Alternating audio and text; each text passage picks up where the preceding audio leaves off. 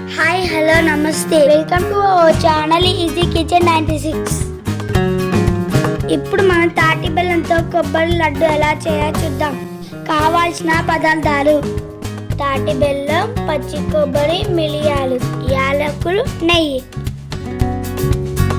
పచ్చి కొబ్బరి చిన్న ముక్కలుగా కట్ చేసుకుందాం. తాటి బెల్లం దంచుకుందాం.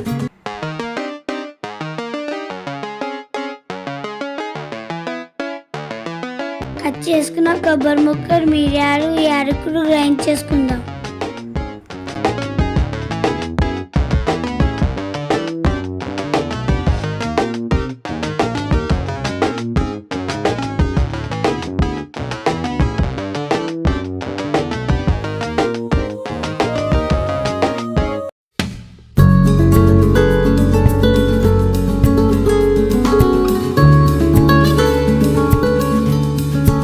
బెల్లం తురుము, నెయ్యి యాడ్ చేసుకొని మిక్స్ చేసుకుందాం.